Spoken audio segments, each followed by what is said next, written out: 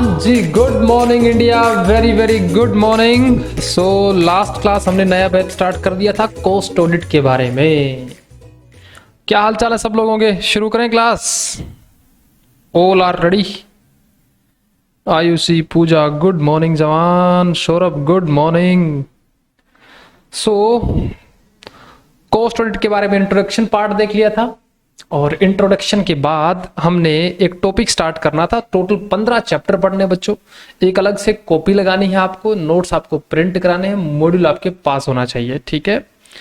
सो objective वगैरह जान लिए थे कोस्ट अकाउंटिंग स्टैंडर्ड के। फिर हमारा मुद्दा था ये 24 नाम अपने को याद रखने थे, कोस्ट अकाउंटिंग स्टैंडर्ड्स के नाम याद रखने हैं बच्चों, सम कॉमन पॉइंट्स। चलो आज से अपना जो फुल फ्लेज टॉपिक है कोस्ट अकाउंटिंग स्टैंडर्ड्स वो अपना स्टार्ट होने वाला है। तो कोस्ट अकाउंटिंग स्टैंडर्ड्स के बारे में जानना शुरू कर रहे हैं। देखो भाई लोगों, कल एक बारे में बात बताई थी आपको, जॉब कोस्टिंग के बारे में एक बात चल रही थी हमारी। अब जॉब कोस्टिंग के बारे में एक बात चल रही थी तो हमने कहा था कि जॉब कोस्टिंग के अंदर सबसे पहले जो फॉर्मेट होता था, जो अपन इंटर में पढ़ के आए हैं बच्चों, वो डायरेक्ट मटेरियल लिखते थे, डायरेक्ट लेबर, डायरेक्ट एक्सपेंसेस, फिर उसका प्राइम कॉस्ट, फिर फैक्ट्री ओवरहेड, फिर ऑफिस ओवरहेड, फिर शोरूम ओवरहेड और उसके बाद में टोटल कॉस्ट। ये फॉर्मेट अपना चलता था। अब कोस्ट अकाउंटिंग स्टैंडर्ड हमको क्या बताता है? कोस्ट अकाउंटिंग स्टैंडर्ड 24 मुद्दों को डील करता है, 24 तरह की कॉस्ट को डील करता है, 24 तरह के आइटम इसमें 24 तरह के जो मुद्दे हैं वो इसके अंदर डील होते हैं। अगर मैं आपसे बात करूं डायरेक्ट मटेरियल की बात, तो डायरेक्ट मटेरियल में कॉस्ट शीट में कौन कौन से डायरेक्ट मटेरियल जोड़े जाएंगे, कौन कौन से नहीं जोड़े जाएंगे, इसके बारे में कोस्ट अकाउंटिंग स्टैंडर्ड नंबर 6 में बातें लिखी गई। जैसे मैंने कल एक एग्जांपल दिया था कि ट्रेडिंग पी एंड एल बनाने के लिए बच्चों, ट्रेडिंग पी एंड एल बनाने के लिए क्लोजिंग स्टॉक जो लिखा जाता है वो सभी ऑर्गेनाइजेशन उसमें AS2 फॉलो करते हैं, या कॉस्ट प्राइस या NRV which ever is lower follow करते हैं। इसी प्रकार कोस्टिंग के अंदर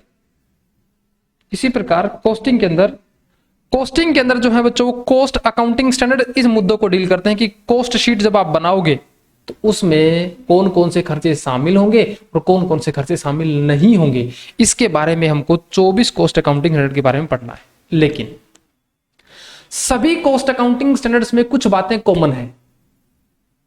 उन कॉमन बातों को मैं सबसे पहले लिखवा रहा हूं आपको, ताकि हर कोस्ट अकाउंटिंग स्टैंडर्ड्स में उन कॉमन बातों को लगाया जा सके।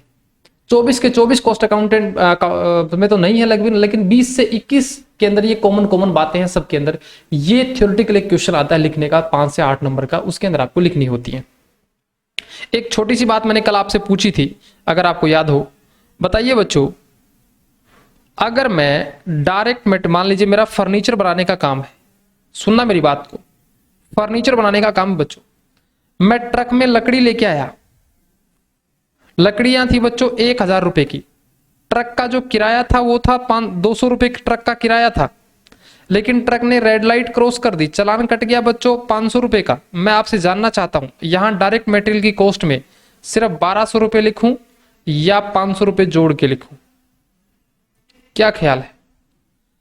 मुझे फर्नीचर बनाना है, उसके लिए मैं लकड़ी लेके आया बच्चों 1000 रुपए की ट्रक में डाल के, 200 रुपए ट्रक वाले का किराया, ट्रांसपोर्ट का खर्चा है, रेड लाइट क्रॉस कर दी बच्चों, चालान कट गया 500 रुपए का, तो डायरेक्ट मटेरियल में कितने रुपए लिखे जाएंगे? सर डायरेक्ट मटेरियल में कॉस्टिंग में सिर्फ 1200 रुपए ही लिखे जाएंगे। 1200 रुपए लिखे जाएंगे बच्चों। 1200 ही क्यों लिखे जाएंगे? ये 500 क्यों नहीं लिखे जाएंगे? 500 क्यों नहीं लिखे जाएंगे?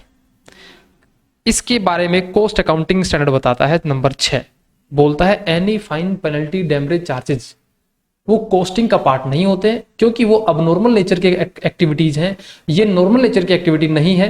तो आप कस्टमर के बिल में उतना ही पैसा जोड़ेंगे जितना पैसा कस्टमर से जायज तौर पे वसूला जा सके, आप उसकी कॉस्ट को 500 रुपए जोड़ेंगे नहीं। इसी प्रकार बच्चों, मेरी ऑर्गेनाइजेशन में लेबर काम करती है, मैं उनको लेबर को एक फर्नीचर बनाने के लिए, मैंने कहा भाई एक टेबल बनाने के लिए मैं अपनी लेबर को 500 रुपए देता हूं बच्चों, 500 रुपए देता हूं लेबर को। लेकिन क्या हुआ बच्चों, मेरे यहाँ पे एक एक्सीडेंट हो गया लेबर के साथ में, और उसने एक्सीडेंट के बाद उसका हाथ टूट गया बच्चों, हैंडीकैप हो गया, और उसने मेरे पर कोर्ट में केस कर दिया बच्चों। इस एम्प्लॉय ने कोर्ट में केस कर दिया, मुझे बच्चों कोर्ट में केस करने के बाद में 5 लाख रुपए का कंपनसेशन देना पड़ गया। बताइए बच्चों, क्या ये 5 लाख का कंपनसेशन है, ये कॉस्ट शीट के अंदर जोड़ दें? क्या प्रोडक्ट बनाने की लागत में जोड़ दें? क्या ख्याल है? नहीं जोड़ सकते हैं। इसके बारे में भी हमको कोस्ट अकाउंटिंग स्टैंडर्ड ही बताता है। ओके, तो इस बारे में कुछ कुछ मुद्दे हैं जो अपने को कॉस्ट शीट में नहीं ऐड करने होते, उन सब के बारे में एक लिस्ट बनवाऊंगा मैं, 6-7 पॉइंट है कॉमन से, उन कॉमन पॉइंट को सभी कॉस्ट अकाउंटिंग स्टैंडर्ड्स के ऊपर अप्लाई करना है। जब वो मटेरियल की बात करेगा तो वो कॉस्ट मटेरियल से कनेक्टेड होंगी, जब वो लेबर की बात करेगा तो लेबर से, एक्सपेंसेस की बात करेगा एक्सपेंसेस से, factory overhead, office overhead, showroom overhead, जिससे भी बात करेगा उसी के संदर्भ में अपने को बात कह देनी है। ओके, तो चलिए पहला पॉइंट देखिए आपके नोट्स के अंदर, इन सभी मुद्दों को डील करने के कुछ पॉइंट्स हैं।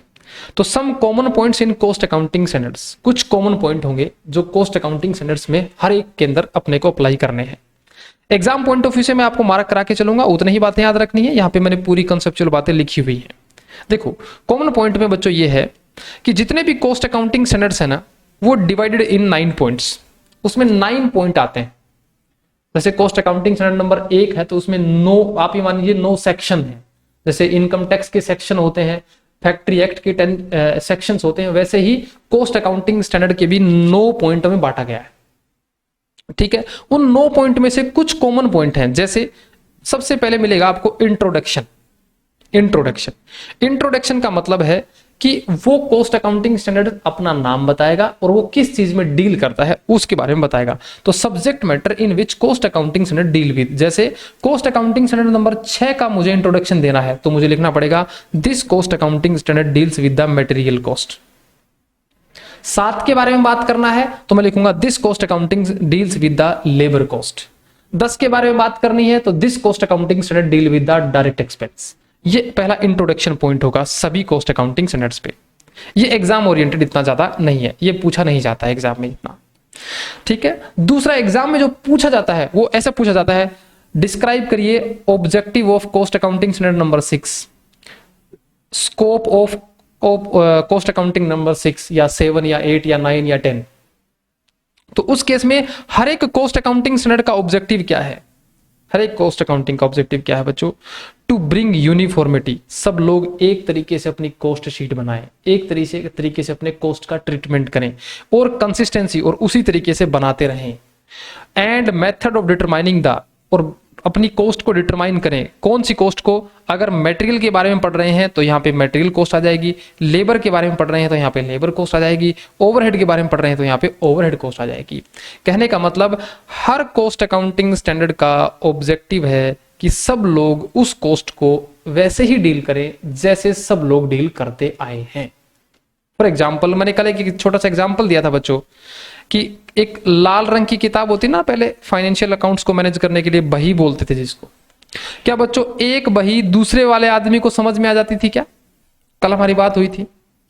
क्या वो सब लोग यूनिफॉर्मिटी को फॉलो करते थे क्या? क्या सभी लोग अपने अकाउंट्स का डेटा एक जैसा बनाते थे क्या? नहीं बनाते थे। इसीलिए अकाउंटिंग स्टैंडर्ड आए, बैलेंस शीट का फॉर्मेट आया, ट्रेडिंग का फॉर्मेट आया, ताकि सब लोगों को यूनिफॉर्मिटी से अपने फाइनेंशियल स्टेटमेंट बनाने की आदत पड़ जाए।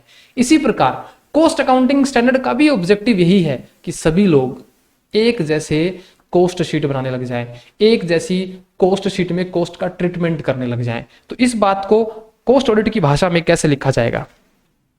इस बात को ऐसे लिखा जाएगा, to bring uniformity and consistency in principle and method of determining the cost of material, labour, direct expense, factory overhead, office overhead, pollution control, ये सारे के सारे खर्चे। ये ब्लैंक स्पेस छोड़ दिया है मैंने। जिस कॉस्ट अकाउंटिंग स्टैंडर्ड के बारे में कहा जाए उस कॉस्ट अकाउंटिंग स्टैंडर्ड का यहाँ ब्लैंक स्पेस पे उसका नाम लिख देना है, नाम लिख देना है। ओके, नेक्स्ट पॉइंट आता है जी स्कोप के बारे में बताएगा। हर कॉस्ट अकाउंटिंग स्टैंडर्ड अपने स्कोप के बारे में बताएगा। स्कोप के बारे में कैसे बताएगा बच्चों? बोलेगा this standard specify that it shall be applied to cost statement. ये अप्लाई किया जाएगा कॉस्ट शीट बनाते समय। और विच रिक्वायर, जहां पे कॉस्ट को क्लासिफाई करने की आवश्यकता पड़ेगी कि वेरिएबल है कि सेमी वेरिएबल है कि फिक्स है, डायरेक्ट है कॉस्ट है कि इनडायरेक्ट कॉस्ट है, कंट्रोलेबल है कि अनकंट्रोलेबल है, इंप्यूटेड है कि संक कॉस्ट है, टाइप ऑफ कॉस्ट के बारे में बताएगा।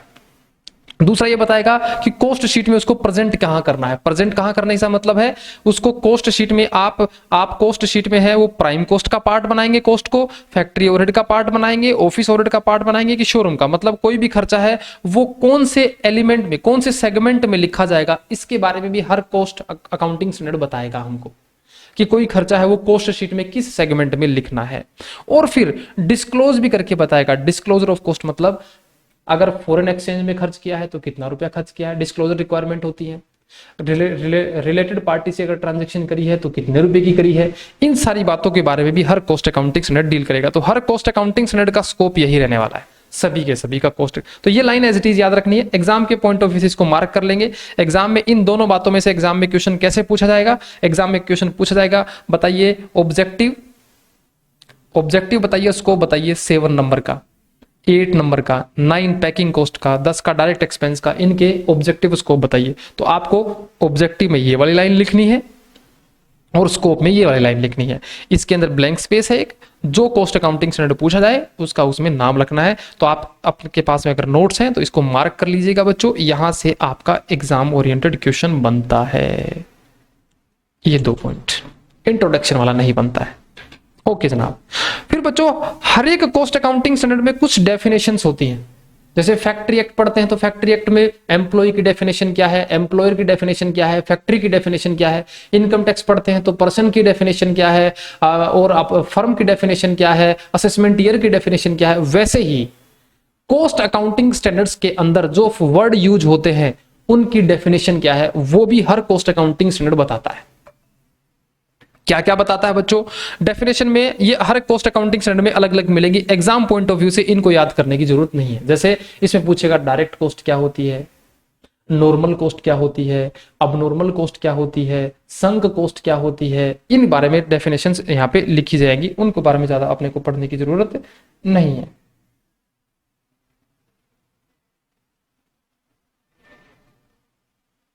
ठीक है, इनके बारे में अपने को पढ़ने की जरूरत नहीं है डेफिनेशंस।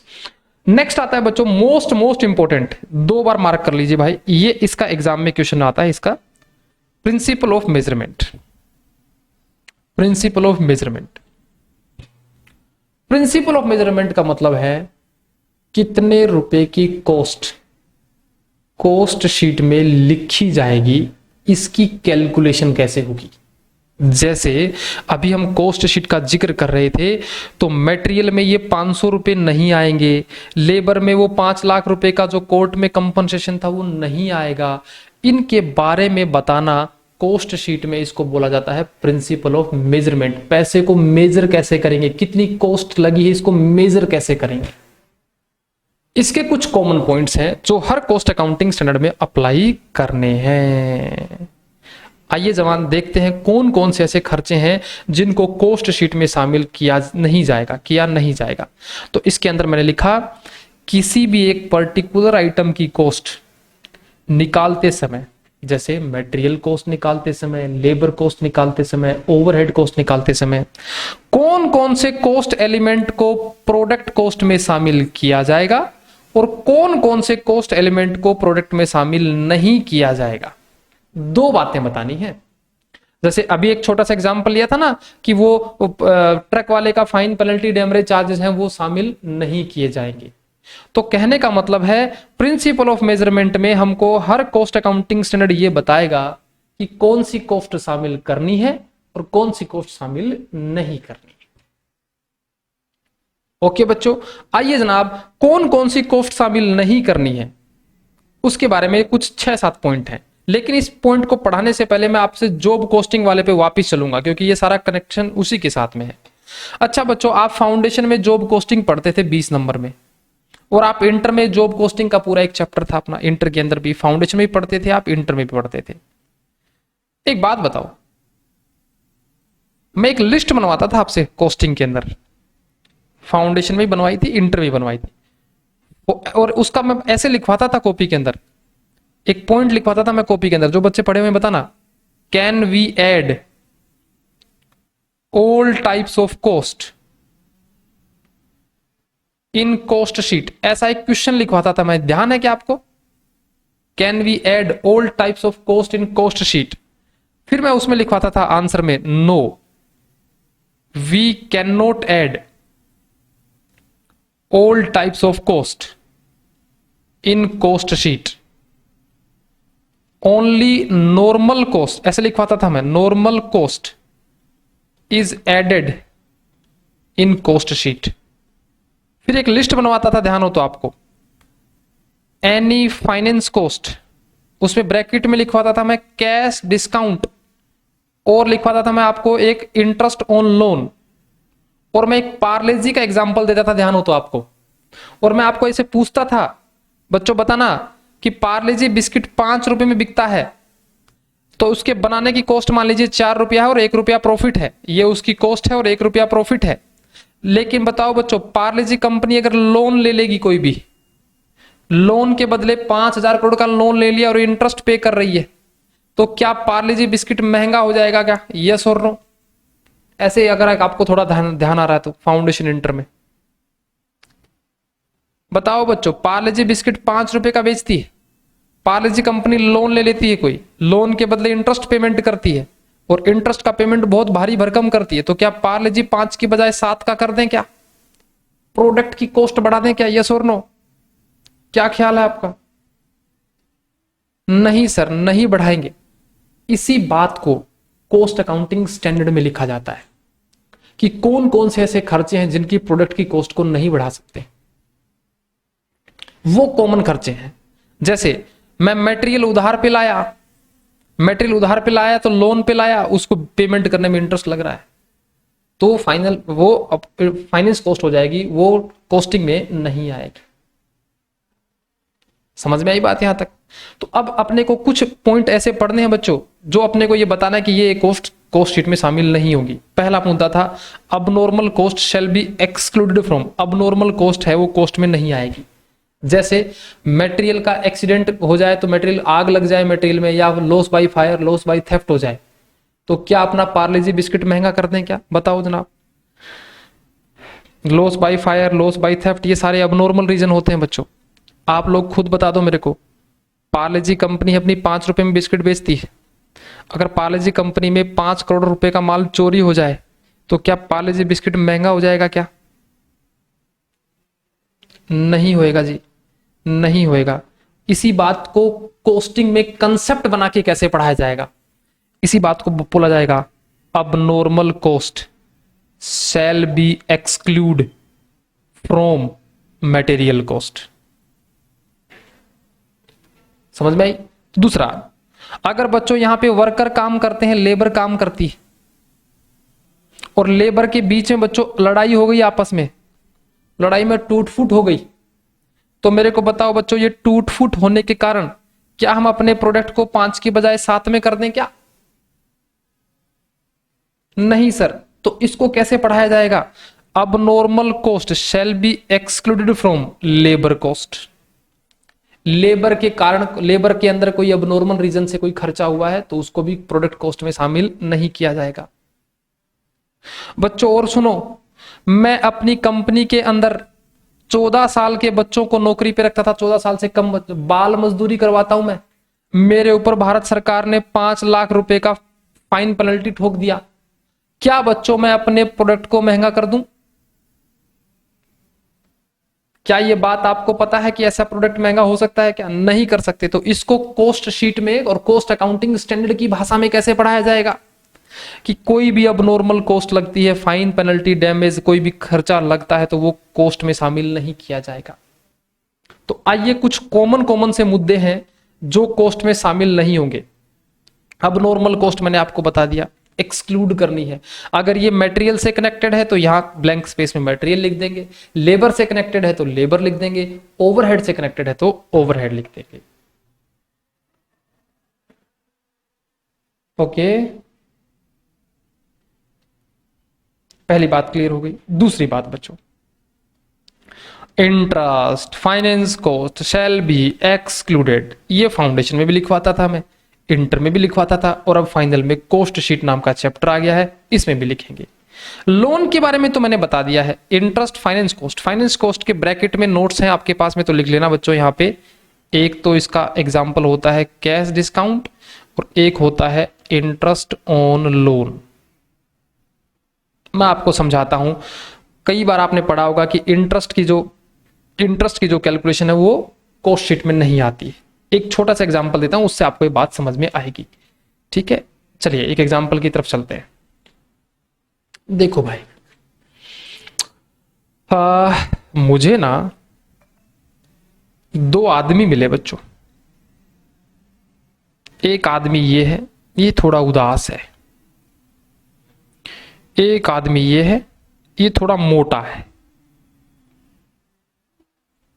आपको पता जो पैसे वाले आदमी होते हैं ना, वो उनका पेट मोटा होता है। हाँ कि ना, नॉर्मली है, ऐसा जरूरी नहीं ऐसा हो, पेट मोटा होता है। ये है बच्चों अथा अमीर आदमी, बहुत ही जबरदस्त अमीर आदमी, अंबानी टाइप आदमी। ये बेचारा गरीब आदमी है ना, गरीब आदमी। अरे सौरभ बाबू, शुभ शुभ बोलो भाई। ये भगवान की दया से पेट मेंटेन कर रखा है यार। हाँ जी, सुनो आगे। बच्चों ये गरीब आदमी बिजनेस करना चाहता है और ये भी अमीर बनना चाहता है। बोलो नारायण नारायण, क्या बात है सर। ये इसके पास ऑलरेडी लक्ष्मी बहुत ज्यादा है। किस चीज का व्यापार करना चाहता है ये गरीब आदमी? ये गरीब आदमी बच्चों स्टेशनरी का काम करना चाहता है, स्टेशनरी का, कॉपी किताब बनाने का काम, फैक्ट्री डालना चाहता है। इसके पास पैसे नहीं है, तो ये उधार में माल खरीद के लाया बच्चों, उधार में माल खरीद के लाया। तो ये एंट्री क्या बनाएगा? परचेज टू क्रेडिटर, 100 रुपए 100 रुपए उधार में। फिर बच्चों अगर ये उधार में लाया तो मेरे को बताओ, जिस भी आदमी से खरीद के लाया है, क्या ये इससे इंटरेस्ट नहीं मांगेगा? उधार में खरीदते हो तो एक तरह से लोन हो गया, लोन के ऊपर इंटरेस्ट पे करना पड़ेगा। यस और नो? बोलो भाई बोलो।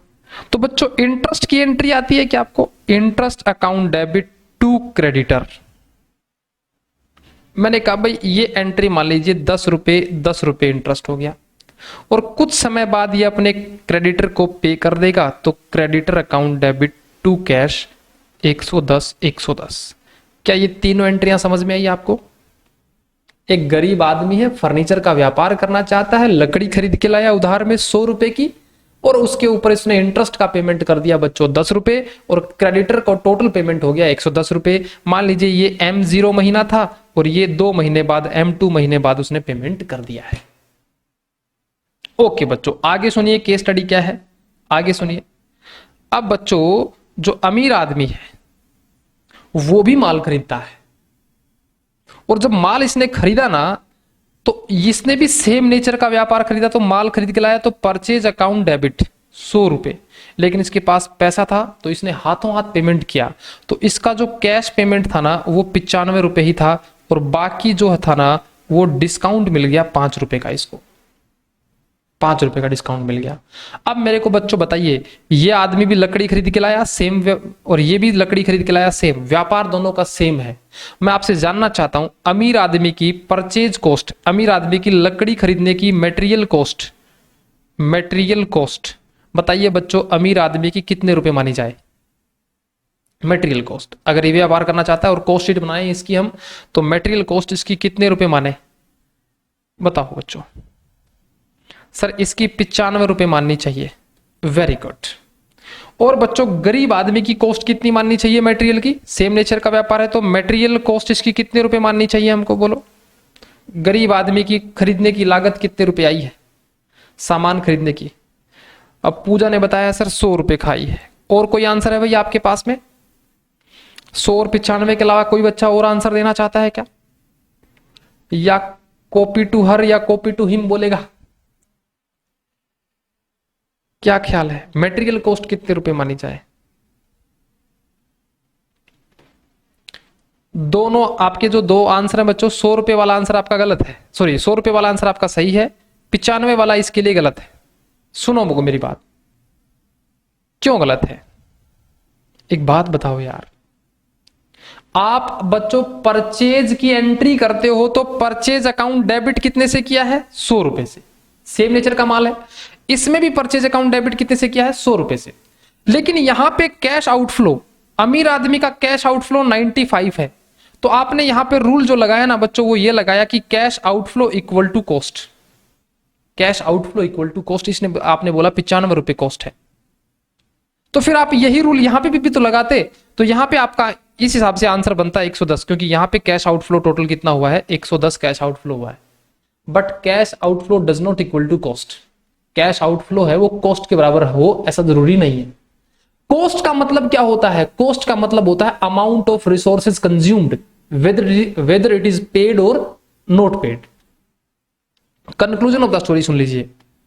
कंक्लूजन ऑफ द स्टोरी ये है बच्चों, जब ये परचेज अकाउंट बनाएगा गरीब आदमी बच्चों परचेज अकाउंट बनाएगा, तो परचेज अकाउंट के डेबिट साइड में बच्चों कितने रुपए लिखेगा बताओ। पोस्टिंग करेगा लेजर अकाउंट में, तो परचेज अकाउंट के डेबिट साइड बताओ कितने रुपए लिखेगा रे? 100 रुपए लिखेगा क्या? यस और नो? लिखेगा ना। बाकी 10 रुपए इंटरेस्ट अकाउंट में लिखेगा और कैश अकाउंट में 110 लिखेगा। इंटरेस्ट अकाउंट में 10 रुपया लिखेगा और कैश अकाउंट में बच्चों 110 लिखेगा। यस और नो? कैश में 110 लिखेगा। बच्चों ये अमीर आदमी जो है इसका परचेज अकाउंट बनवाओगे तो ये अपने परचेज अकाउंट में कितना रुपया लिखेगा? क्या 100 ही लिखेगा? यस और नो? इंटरेस्ट इसका कुछ है नहीं, ये तो डिस्काउंट अकाउंट बनाएगा, डिस्काउंट में 10 रुपया लिखेगा और कैश अकाउंट में बच्चों ये 90 रुपये लिखेगा। यस और नो? अब मैं आपसे जानना चाहता हूं, बताइए बच्चों, कॉस्ट होगी वो परचेज से कंपेयर करके, मतलब परचेज वाली देखेंगे, इंटरेस्ट वाली देखेंगे कि कैश वाली देखेंगे? कौन सा अकाउंट देखेंगे? क्योंकि अपन कॉस्ट शीट में बच्चों डायरेक्ट मटेरियल लिखते हैं, अपन कॉस्ट शीट में डायरेक्ट मटेरियल लिखते हैं, तो अपन परचेज ही तो लिखते हैं मेरे हिसाब से। यस और नो? परचेज लिखते हैं। तो बताओ बच्चों, गरीब आदमी के लिए कॉस्ट कितने रुपए मानोगे? 100 रुपए। और अमीर आदमी के लिए भी बच्चों कॉस्ट कितने रुपए मानोगे? 100 रुपए। इसका मतलब कॉस्ट होती है, वो गरीब और अमीर में फर्क नहीं देखती है। और यही तो ऑब्जेक्टिव था, ब्रिंग यूनिफॉर्मिटी। हुई बातें कुछ कनेक्टेड आपस में। किसी के पास पैसा ज्यादा है तो उसकी कॉस्ट कम नहीं होगी, और किसी के पास पैसा नहीं है तो उसकी कॉस्ट ज्यादा भी नहीं होगी। कॉस्ट ही रहेगी, अमाउंट ऑफ रिसोर्सेज कंज्यूम्ड, आपने पे किया हो चाहे नहीं किया हो। आया समझ में बात? इसीलिए इस बात को कॉस्टिंग में कैसे पढ़ाया जाता है? इस बात को पढ़ाया जाता है, any finance cost shall be excluded from total cost. कोई भी फाइनेंस नेचर की कॉस्ट है वो कॉस्ट का पार्ट बनेगी ही नहीं, बनेगी नहीं। अगर बच्चों ऐसा होने लग जाए कि पैसा दिया है तो ही कॉस्ट, अदरवाइज नहीं है, तो एक बात बताओ, अगर चोरी करके ले आऊं मैं मटेरियल तो मेरी तो कॉस्ट 0 हो गई। फिर माल फ्री में बेचें क्या? अगर मैं चोरी करके ले आऊं, चलेंगे आप मेरे साथ चोरी करने के लिए? अपनी कॉस्ट 0 हो जाएगी। अखबार में अगले दिन खबर आएगी, चोरी पकड़े धरे गए युवक, ऐसे मास्क लगा के अपने अखबार में फोटो आएगी। बोलो हाँ कि ना? तो इस बात को जवान पढ़ाया कैसे जाएगा, ये लाइन याद रखनी है, ये कंसेप्ट की ये लाइन याद रखनी है। Interest finance cost shall B exclude. और उसमें 2 बातें होती है, एक कैश डिस्काउंट, एक इंटरेस्ट ऑन लोन। दोनों ही, कैश डिस्काउंट मिलने से कॉस्ट कम नहीं होगी, इंटरेस्ट पे करने से कॉस्ट ज्यादा भी नहीं होगी। क्या ये बात समझ में आती है? इसका आता है बच्चों MCQ क्वेश्चन, इसके आगे लिख लेंगे सब बच्चे MCQ।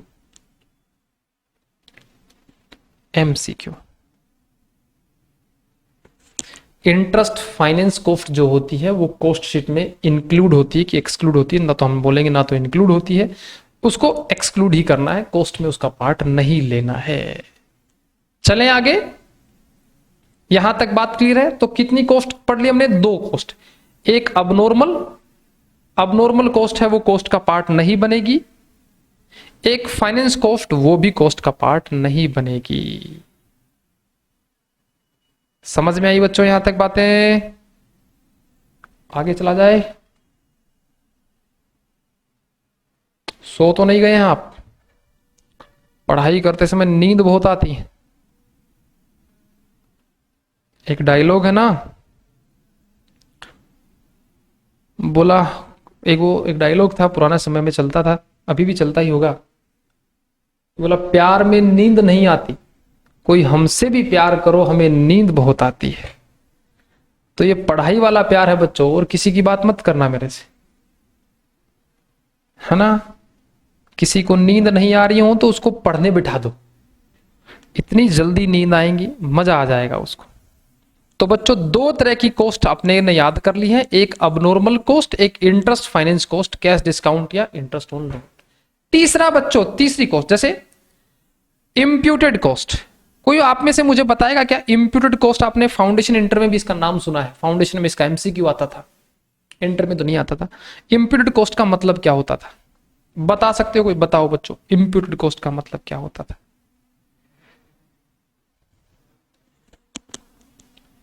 इम्प्यूटेड,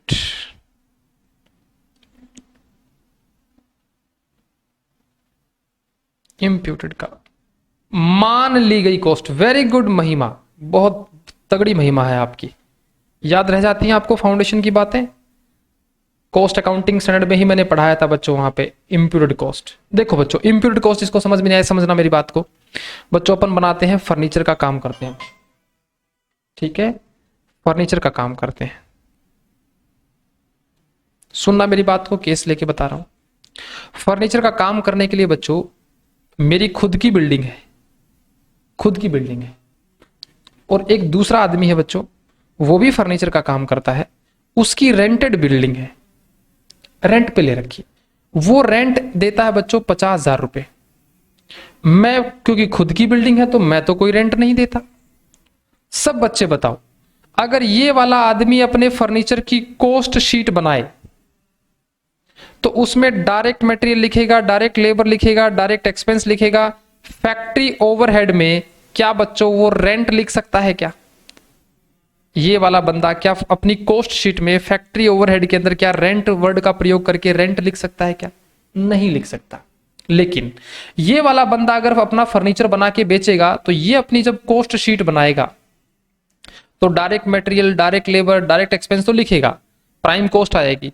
क्या फैक्ट्री ओवरहेड में ये वाला बंदा रेंट लिख पाएगा ना 50,000 रुपया? यस और नो? यस लिखेगा। इसी बात को कॉस्ट अकाउंटिंग स्टैंडर्ड कैसे पढ़ाता है? इसी बात को ऐसे पढ़ाता है कि इंप्यूटेड कॉस्ट, इंप्यूटेड मतलब मान ली गई। अगर ये वाला बिजनेस वाला ये मान लेता कि अगर ये बिल्डिंग मेरी ना होती तो मैं भी 50,000 रुपए का रेंट पे कर रहा होता, हेंस मैं भी अपनी कॉस्ट में 50,000 रुपए जोड़ूंगा। तो कॉस्ट अकाउंटिंग स्टैंडर्ड इसको साफ मना कर दिए हैं कि ऐसी कॉस्ट है, इसी का नाम इंप्यूटेड है, इंप्यूटेड रेंट। इंप्यूटेड रेंट, आप इंप्यूटेड रेंट को अपनी कॉस्ट शीट में नहीं जोड़ सकते हैं। आप एक्चुअल रेंट को जोड़ पाएंगे, एक्चुअल रेंट अगर आपने पे किया है वो तो जोड़ पाएंगे कॉस्ट में, लेकिन आप इंप्यूटेड रेंट को नहीं जोड़ पाएंगे। इसके दो ही एग्जाम्पल अपने एग्जाम पॉइंट ऑफ व्यू ज्यादा आते हैं। एक तो ये रेंट वाला एग्जाम्पल आता है और एक आता है बच्चों खुद की कैपिटल। जैसे अपनी बिजनेस में खुद की पूंजी लगा दी इसने, इंटरेस्ट ऑन ओन कैपिटल, मेरे ही पैसे पे मैं खुद पे ही ब्याज थोड़ी लगा सकता हूं, उसको बोला जाएगा इंप्यूटेड इंटरेस्ट। वो भी कॉस्ट का पार्ट नहीं होता है। तो यहां पे ये जो बात पढ़ाई गई है इंप्यूटेड कॉस्ट, अगर मटेरियल की इंप्यूटेड कॉस्ट है तो वो भी नहीं लेनी, लेबर की इंप्यूटेड कॉस्ट है तो वो भी नहीं लेनी। इंप्यूटेड कॉस्ट कोई भी प्रकार की हो कॉस्ट शीट में शामिल नहीं की जाएगी। ये वाला पॉइंट अपने आप बता सकता क्या? मैं इसकी जिक्र भी कर चुका हूं। Fine, penalty, demurrage charges shall be excluded. बच्चों ये पॉइंट आप में से कोई समझा सकता है मुझे? फाइन, पेनल्टी, डैमेज को कॉस्ट शीट में ऐड क्यों नहीं किया जाता है? जैसे मैंने आपको इसका रीजन बताया क्यों नहीं किया जाएगा, इसका रीजन बताया क्यों नहीं किया जाएगा, इसका रीजन बताया क्यों नहीं किया जाएगा। आप मेरे को इसका रीजन कोई बता सकता है? फाइन पेनल्टी को कॉस्ट शीट में ऐड क्यों नहीं किया जाता है, कॉस्ट में शामिल क्यों नहीं किया जाता है? बता सकते हो क्या? सर अबनॉर्मल होते ना, वर्क से रिलेटेड नहीं होते। वेरी गुड सौरभ बाबू। सर ये खर्चा जो है ये अबनॉर्मल रीजन हो गया ना एक तरह से। ये हमने नॉर्मल नेचर का व्यापार नहीं किया, हमने नॉर्मल एक्टिविटी नहीं करी, कोई अबनॉर्मल एक्टिविटी करी, उसके कारण हमको जो फाइन, पेनल्टी, डैमेज चार्जेस लग जाते हैं वो होते हैं हमारे अबनॉर्मल। डैमरेज चार्जेस का मतलब बच्चों एक चीज और होती है, पोर्ट बंदरगाह के ऊपर लगते हैं ये पार्किंग चार्ज हो जाते हैं एक तरह के डैमरेज चार्जेस। जो जहाजें वगैरह आती हैं उन जहाजों को खड़ा रहने का एक समय से तय समय से अधिक समय खड़ा रहती है तो कुछ पेनल्टी लगती है। पार्किंग चार्ज नॉर्मल से कुछ ज्यादा लगते हैं अगर एक तय समय से ज्यादा समय तक आपने वहां पे अपनी जहाज या शिप को पार्क किया तो वहां पे जो खर्चा लगता है वो डैमरेज चार्जेस बोला जाता है। Demurrage charges. ओके जी, ओके। नेक्स्ट पॉइंट बच्चों, फाइन पेनल्टी डैमरेज। कितने पॉइंट हो गए बच्चों? 4। पहला अबनॉर्मल, याद रखना है, पहला अबनॉर्मल, दूसरा था आपका फाइनेंस कॉस्ट, तीसरा था आपका इंप्यूटेड कॉस्ट और चौथा था आपका फाइन पेनल्टी डैमरेज। ध्यान रखना है, अबनॉर्मल, फाइनेंस वाला कॉस्ट और इंप्यूटेड कॉस्ट और अपना फाइन पेनल्टी डैमरेज। 4 बात तो ये याद रखनी है आपको। अगर ये मटेरियल से कनेक्टेड है तो मटेरियल की, लेबर से है तो लेबर, ओवरहेड है तो ओवरहेड। ओके, नेक्स्ट पॉइंट पे चलते हैं। नेक्स्ट पॉइंट है बच्चों, एनी रिकवरी फ्रॉम कस्टमर और party shall be deducted from cost और एनी ग्रांट या subsidy received from government shall be deducted from cost. ये दोनों एक साथ पढ़ेंगे। देखो बच्चों, एक बात बताओ, आपने एक अभियान का नाम सुना है क्या? सब पढ़ो सब बढ़ो, एक गवर्नमेंट का अभियान आता था और आजकल चल रहा है एक बेटी बचाओ बेटी पढ़ाओ, सुना तो होगा जरूर। सब पढ़े सब बटे में ना, उसमें क्या करते थे बच्चों, भारत सरकार ये बोलती थी कि आप कॉपी पेन बनाओ। कॉपी पेन बनाने की जो टोटल कॉस्ट है मटेरियल लेबर मिला के मान लीजिए 8 रुपए है, तो भारत सरकार बोलती थी आप 2 रुपए हमसे ले लो सब्सिडी के, सब्सिडी अनुदान, तो आप अपने कस्टमर को 6 रुपए के हिसाब से ये प्रोडक्ट बेचो। तो हमने कहा अगर हमारी कॉस्ट 8 रुपए है और कोई भी सब्सिडी वगैरह हमको मिल जाती है कॉस्ट को रिकवर करने की, तो हम अपनी कॉस्ट में से उसने सब्सिडी अमाउंट को हटा देंगे और बाकी जो कॉस्ट बची है वो हम अपने कस्टमर लोगों से वसूल करेंगे। इसी प्रकार से बच्चों कोई भी रिकवरी हो जाती है। रिकवरी का मतलब, जैसे मान लीजिए अपना यहां पे कोई एम्प्लॉय था, कोई भी एम्प्लॉय था, ग्लास का काम, अपना ग्लास की फैक्ट्री का काम है बच्चों, और ग्लास बना रहे थे अपन, 2 ग्लास एम्प्लॉय की गलती के कारण फूट गए और वो ग्लास तो थे ना बच्चों, वो 1000 रुपए के ग्लास थे, 1000 रुपए की कॉस्ट का सामान टूट गया। लेकिन अगर हमने बोला भैया ये सामान इसकी सैलरी से कटेगा, 800 रुपए इसकी सैलरी से कटेंगे, रिकवरी हो जाएगी, तो बताओ बच्चों हमारे नेट नुकसान की कॉस्ट कितने रुपए है? 200 रुपए। 200 रुपए। तो यहां पे इसी बात को 2 पॉइंट में पढ़ाया जाता है कि कोई भी आपसे रिकवरी हो गई, किसी भी कस्टमर से कोई स्पेशल रिकवरी कर ली है या पार्टली कर ली है, तो वो डिडक्ट कर दीजिए कॉस्ट में से।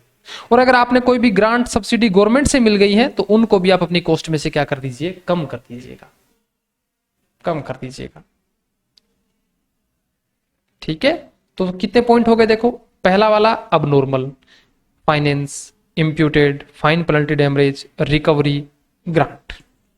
ये F 6 पॉइंट तो ये हो गए जो कॉमन पॉइंट है, हर कॉस्ट अकाउंटिंग स्टैंडर्ड में अप्लाई होंगे ही होंगे। आगे चलते हैं बच्चों, आगे क्या कहता है?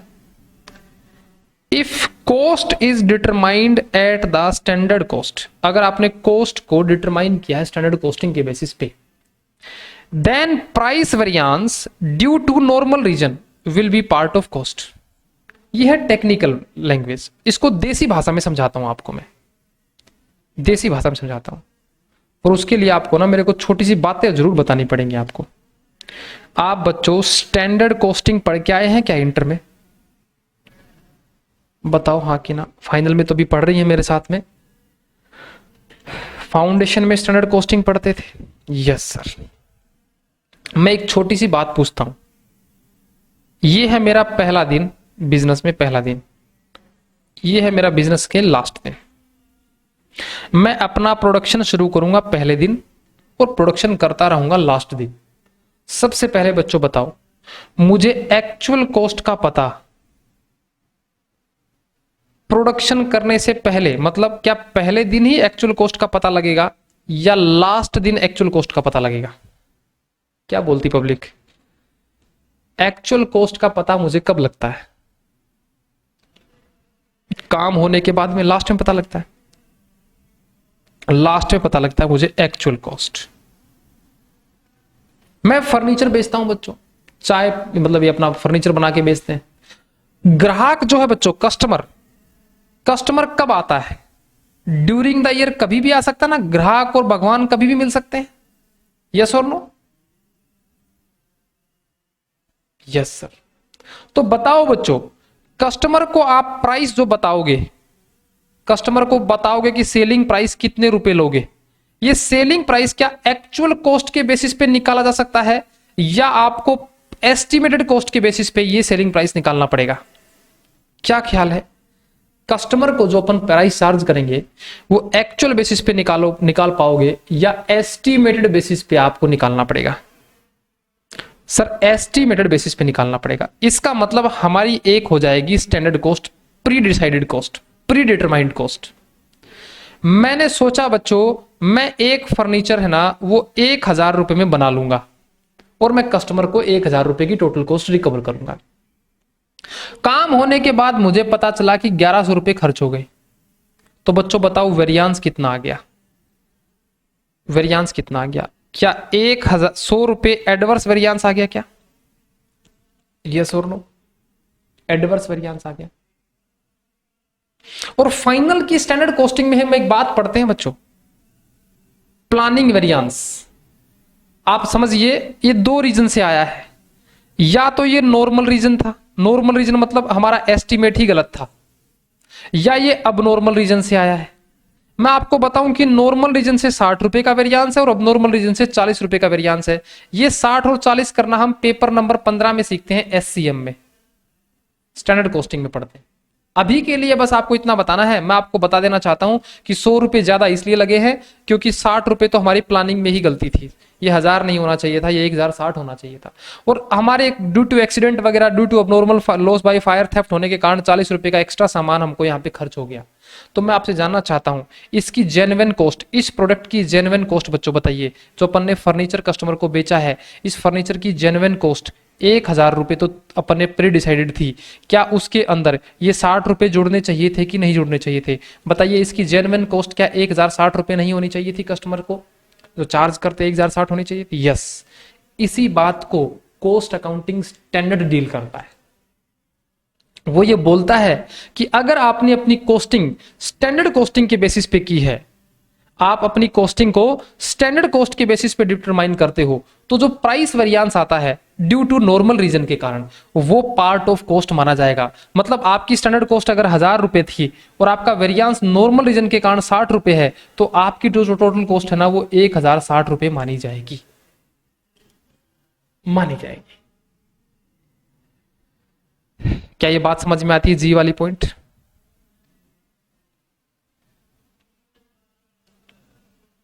Yes sir, very good.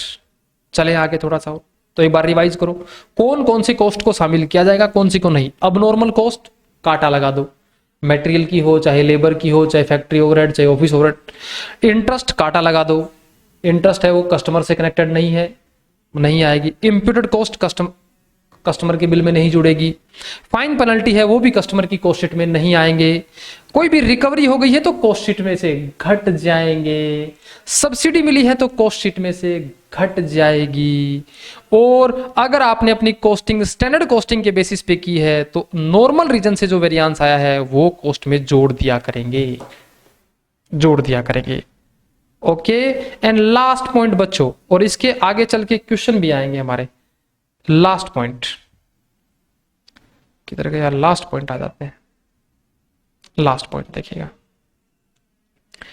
Any input purchased from the market then it will be accounted at invoice price, और लेस कर देना इनपुट टैक्स क्रेडिट, और इफ रिफंड एनी। इस बात को भी समझते हैं।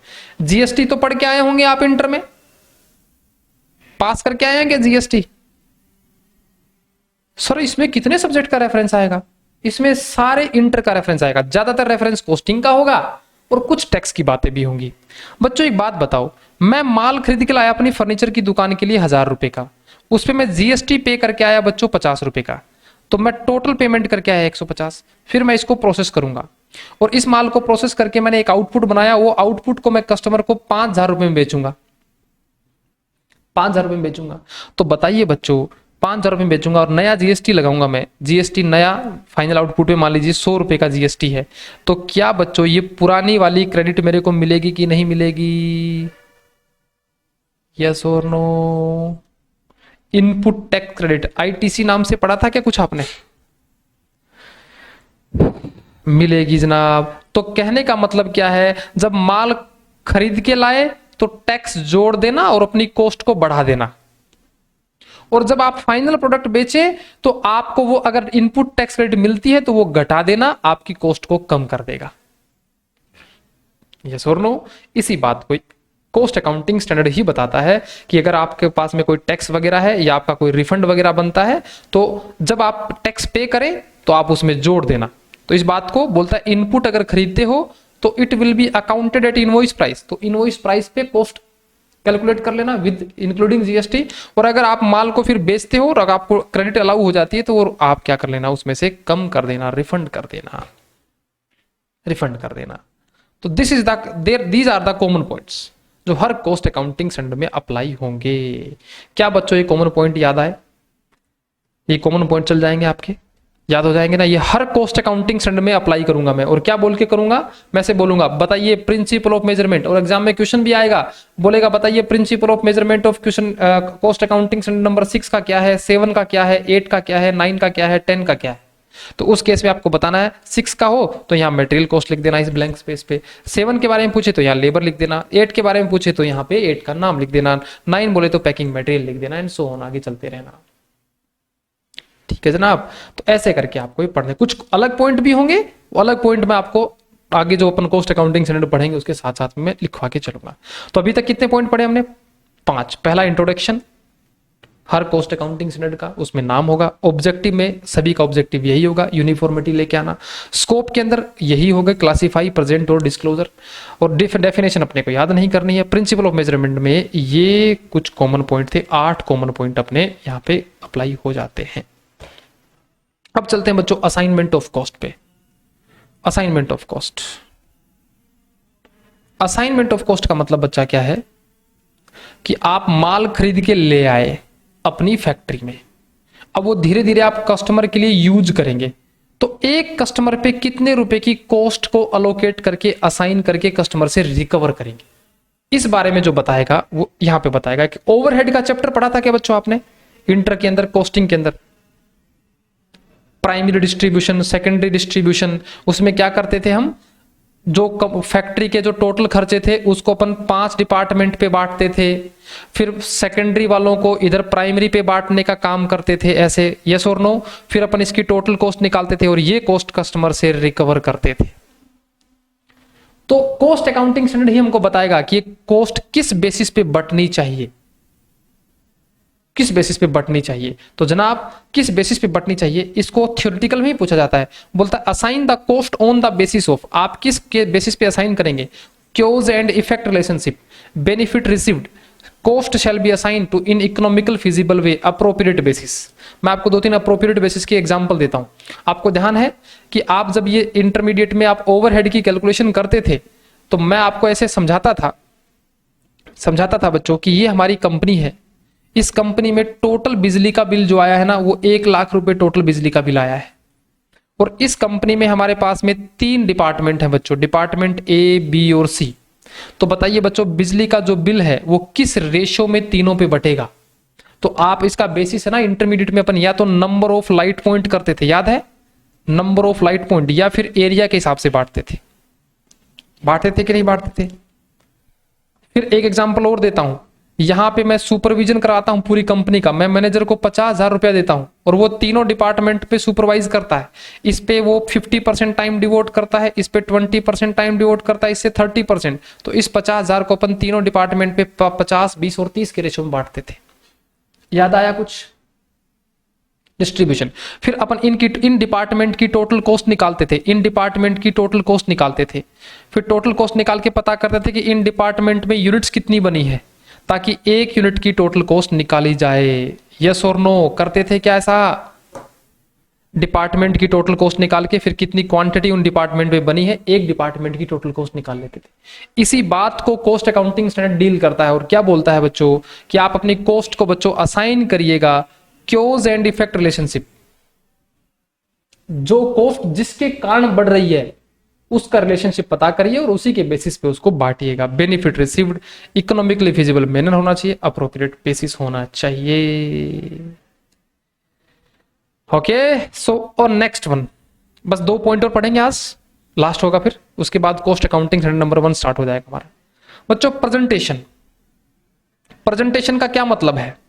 प्रेजेंटेशन का मतलब है बच्चों, जब अपन कॉस्ट को कॉस्ट शीट में लिखेंगे तो कैसे प्रेजेंट करेंगे, किस हेड में प्रेजेंट करेंगे। जैसे डायरेक्ट कॉस्ट है तो प्राइम कॉस्ट में आएगी, फैक्ट्री के इनडायरेक्ट कॉस्ट है तो फैक्ट्री ओवरहेड में जाएगी, ऑफिस के इनडायरेक्ट खर्चा है तो ऑफिस ओवरहेड में जाएगी। तो इस बारे में बताता है। तो कॉस्ट स्टेटमेंट बनाते समय सीएस में बताई गई कॉस्ट को कहां शो करनी है, presented in separate cost head या ग्रुप ऑफ कॉस्ट, मतलब उसको किसी एक अलग हेड में लिखना है या कई कॉस्ट को मिला के एक साथ लिखना है, इसके बारे में डील करेगा प्रेजेंटेशन का मुद्दा। हर कॉस्ट अकाउंटिंग स्टैंडर्ड में यही लाइन आपको लिखनी है। एंड लास्ट बच्चों डिस्क्लोजर। डिस्क्लोजर का मतलब है, जैसे बैलेंस शीट के नीचे फुटनोट होते ना, ये लोन इतने तारीख को लिया गया, एक्स्ट्रा जानकारी देनी होती है बैलेंस शीट के बारे में और क्लियरली जानकारी देने के लिए फुटनोट लगाए जाते हैं नीचे। लोन लिया तो किस बैंक से लिया था, कब लिया था, उसकी डिटेल जानकारी। बैलेंस शीट में तो सिर्फ लोन का अमाउंट होगा, लोन कब कैसे कब कहां से लिया था उसकी फुटनोट में जानकारी होगी। इसी प्रकार कॉस्ट शीट बनाएंगे तो कॉस्ट शीट तो कॉस्ट का अमाउंट तो कॉस्ट शीट में लिख दिया, अब उसका डिस्क्लोजर कि ये फॉरेन एक्सचेंज में खरीदी गई है क्या, क्या रिलेटेड पार्टी से खरीदी गई है क्या, है ना, ये कितने परसेंट कवर करता है टोटल कॉस्ट का, तो ये बातें कैसे अपने को सब्सिडी कितनी मिली है, तो इसमें कॉस्ट डिस्क्लोजर के अंदर कॉस्ट शीट के नीचे अपने को ये चीजें लिखनी होती हैं। बेसिस ऑफ डिस्ट्रीब्यूशन, कॉस्ट को कैसे डिस्ट्रीब्यूट किया गया है, सब्सिडी कितनी मिली, फॉरेन एक्सचेंज में कितना सामान खरीदा है, और कोई भी ऐसा मटेरियल सिग्निफिकेंट और क्वांटिफिएबल कोई डिस्क्लोजर ऐसा जरूरी है तो वो जरूर देना है। Disclosure shall be made in the cost sheet और फुट नोट, सेपरेट शेड्यूल में बना के उसका फुट नोट में, मतलब अलग से नोट बना के उसका डिस्क्लोजर तरीके से करें। कोई भी आपने चेंज किया है पॉलिसी के अंदर कॉस्टिंग करने की पॉलिसी में कोई भी चेंज किया है आपने, तो उसको भी आप डिस्क्लोज करके चलेंगे, डिस्क्लोज करके चलेंगे। तो आज की क्लास तो बच्चों यहीं तक, लेकिन अभी कंक्लूजन, लास्ट में 2 मिनट का कंक्लूजन। अभी हमने इस क्लास में जो भी पढ़ा है उसमें एग्जाम ओरिएंटेड क्या है, एग्जाम ओरिएंटेड क्या है, मैं आपकी पूरी क्लास को कंक्लूड कर देता हूं। देखो एग्जाम ओरिएंटेड बच्चों, एक तो एमसीक्यू यहां से आएगा, इसका नाम 24 में से कोई 1-2 नाम पूछ लेगा, बताइए 15 नंबर का क्या नाम है, 16 का, 17 का, 18 का नाम क्या है, जो फाउंडेशन में भी पूछता था, इंटर में भी पूछता था। एक एमसीक्यू तो यहां से, एक एमसीक्यू यहां से हो गया, ठीक है। कॉमन पॉइंट्स में बच्चों 4 नंबर का शॉर्ट नोट लिखना सकता है, 4 से 6 नंबर का शॉर्ट नोट। और शॉर्ट नोट में क्या क्या लिखना आ सकता है, एक तो ऑब्जेक्टिव पूछ सकता है, स्कोप पूछ सकता है 4 से 6 नंबर के नोट में, और एक प्रिंसिपल ऑफ मेजरमेंट पूछ सकता है। And last one is the disclosure. Disclosure ये बातें हैं 4 से 6 नंबर की, 24 के 24। तो 4 से 6 नंबर का ये है 2 एमसीक्यू। लगभग आज हमने 5 से 8 नंबर का पोर्शन आज हमने कंप्लीट कर लिया है। अब अपन चलेंगे, कल नेक्स्ट क्लास में पढ़ेंगे आपसे कॉस्ट अकाउंटिंग स्टैंडर्ड नंबर 1। तो नोट्स जरूर प्रिंट करा के रखें, साथ में मैं पॉइंट जो लिखवा रहा हूं, जो एमसीक्यू क्वेश्चन में बता रहा हूं, आगे चल के क्वेश्चन की प्रैक्टिस जब हम करेंगे तो उसमें मैं रेफरेंस दूंगा कि देखो मैंने उस समय ये बताया था, ये एमसीक्यू होगा। ठीक है जवानों, तो यहां तक बातें आपको समझ में आई हैं। उम्मीद करता हूं आज की क्लास थोड़ी बढ़िया लगी होगी आपको। ओके और ये बहुत छोटी क्लास है और एग्जाम ओरिएंटेड क्लास होगी पूरी की पूरी। कॉस्ट ऑडिट वैसे तो अथाह सागर है, लेकिन एग्जाम ओरिएंटेड जो क्वेश्चन आते हैं वो बहुत ठीक ठीक लेवल का आता है, ज्यादा कोई महंगा वाला मतलब नहीं आता। सर नोट्स की पीडीएफ सेंड कर देना ग्रुप में, अभी लो अभी लो जी अभी लो। तो ये प्रिंट करवा लेना बच्चों, फटाफट से प्रिंट करवा लेना इनको, ठीक है। और साथ में पेन रखना है, इसमें मैंने थोड़ी थोड़ी जगह छोड़ी हुई है, मैंने जो नोट्स बना रखे हैं इस हिसाब से बना रखे हैं कि मैंने थोड़ी थोड़ी जगह छोड़ी हुई, वहां मैं साथ साथ में आपको लिखवाऊंगा 2-3 पॉइंट, जैसे ये मार्क करवा दिया, यहाँ पे एमसीक्यू लिख लो, यहाँ पे डिजिट लिख लो, ये लिख लो, ठीक है। साथ साथ में 101 पेज के नोट्स हैं, लिखने की कोई जरूरत नहीं, मेरे साथ साथ ही इसी नोट्स के ऊपर नोटिंग करना है बस आपको, क्योंकि इसमें थ्योरी ज्यादा है इसलिए मैं इसके नोट्स देता हूं। इसमें प्रैक्टिकली अकेला होता तो नोट्स नहीं देता, फिर मैं लिखवाता सारी चीजें। ओके और आपको पेपर भी तो 8 पास करने हैं, अकेला कोर्स ऑडिट थोड़ी ना पास करना है भाई, अकेला कोर्स ऑडिट के पढ़ के तुम सीएमए थोड़ी ना बन जाओगे, तो सभी को एक साथ में आपको कंपाइल करना है, ठीक है। थैंक यू वेरी मच, कल मिलते हैं जनाब, बाय बाय, थैंक यू, कल मिलते हैं आपसे क्लास में। Bye bye.